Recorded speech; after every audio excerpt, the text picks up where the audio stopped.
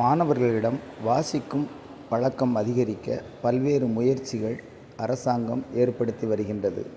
குறிப்பாக தமிழ் வாசிக்கும் பழக்கம் குறைந்து வரும் நிலையில் பாடம் சார்ந்து இல்லாது பொது அறிவு சார்ந்து இதழ்களையும் நாளிதழ்களையும் வாசிக்கும் ஆர்வத்தை தூண்ட வேண்டும் என்ற உயரிய நோக்கத்துடன் இந்து தமிழ் திசை நாளிதழ் மாணவர் பதிப்பாக சிறப்பிதழ்களை வெளியிட்டு வருகின்றது. ஜனவரி 23 நேதாஜி சுபாஷ் சந்திரபோஸ் அவர்களின் பிறந்த தினத்தை முன்னிட்டு ஒரு சிறப்பிதழ் வெளியிட்டுள்ளது. ரூபாய் 5 மதிப்பிலான அந்த இதழ்கள் மாணவர்கள் கைகளில் தவழ்கின்றது.